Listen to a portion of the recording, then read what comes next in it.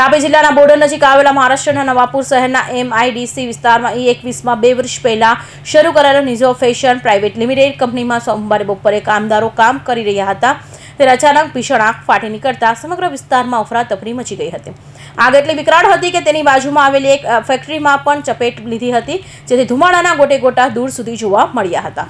નવાપુર શહેરની MIDCમાં સુરતના ઘણા કાપડ બનાવતા ઉદ્યોગ સ્થાયી થયા છે, જેથી E21માં નિઝો ફેશન પ્રાઇવેટ લિમિટેડ નામની કંપની 2 વર્ષ પહેલા શરૂ કરવામાં આવી હતી। તેમાં સોમવારે કામદારો રાબેતા મુજબ કામ કરી રહ્યા હતા। બપોરે 12 વાગ્યાના સુમારે અચાનક તેમને આગ લાગતા 2 થી વધારે ધડાકા થયા હતા, જેને કારણે આજુબાજુના વિસ્તારો ધ્રુજી ઉઠ્યા હતા। આગ એટલી વિકરાળ હતી કે નિઝો ફેશન કંપનીની આજુબાજુ આવેલી એક અન્ય કંપનીમાં અને ઓફિસમાં પણ તેની આગ ચપેટમાં લઈ લીધી હતી, જેથી લોકોમાં ભયનો માહોલ ફેલાઈ ગયો હતો અને જીવ બચાવવા માટે નાસભાગ મચી ગઈ હતી। ઘટનાની જાણ થતાં જ નવાપુર નગરપાલિકાનું અગ્નિશમન દળ ઘટના સ્થળે પહોંચી ગયું હતું। જોકે નવાપુર નગરપાલિકા પાસે માત્ર એક જ ફાયર ફાઇટર હોવાથી આગ પર કાબુ મેળવવામાં ભારે મુશ્કેલી પડી હતી। પરિસ્થિતિની ગંભીરતા જોઈને પાણી પુરવઠા સભાપતિ શરદ રાજપૂત તાત્કાલિક સોનગઢ, સાકરી અને નંદુરબાર વધારાના ફાયર ફાઇટરો મંગાવ્યા હતા। સ્થાનિક નાગરિકો અને અન્ય કંપનીઓના કામદારોએ પણ આજુબાજુની દુકાનમાંથી સામાન બહાર કાઢવા અને આગ ઓલવવામાં મદદ કરી હતી।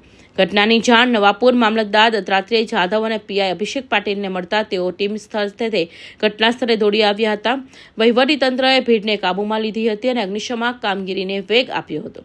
કંપનીના માલિકના જણાવ્યા અનુસાર આગમાં મશીનરીઓ, કાચો માલ અને તૈયાર કાપડ બળીને ખાખ થઈ ગયા જવાથી કરોડોનું નુકસાન થયું છે।